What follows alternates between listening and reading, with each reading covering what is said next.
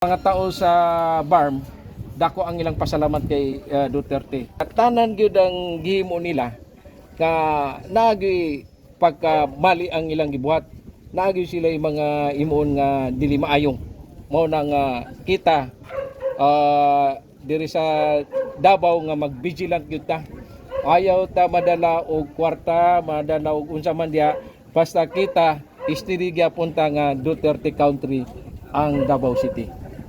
Pero tuloy-tuloy sir sa BARM ang Cotabato, Uragin.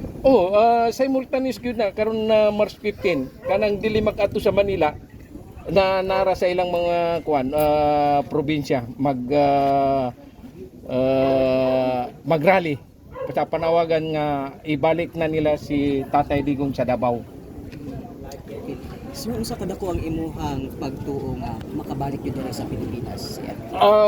Kung dili baluktuton sa Supreme Court ang balaod, dapat mabalik yun si Digong diri. Kay kabalo na sila nga ang Pilipinas pag presidente ni Duterte 2019 wala na ta membro sa ICC. Unya karon giingon nila nga wala tay mahimo, ingon ni bangag nga wala tay mahimo kana namang gud ang Interpol nga nangayo og tabang ang gobyerno.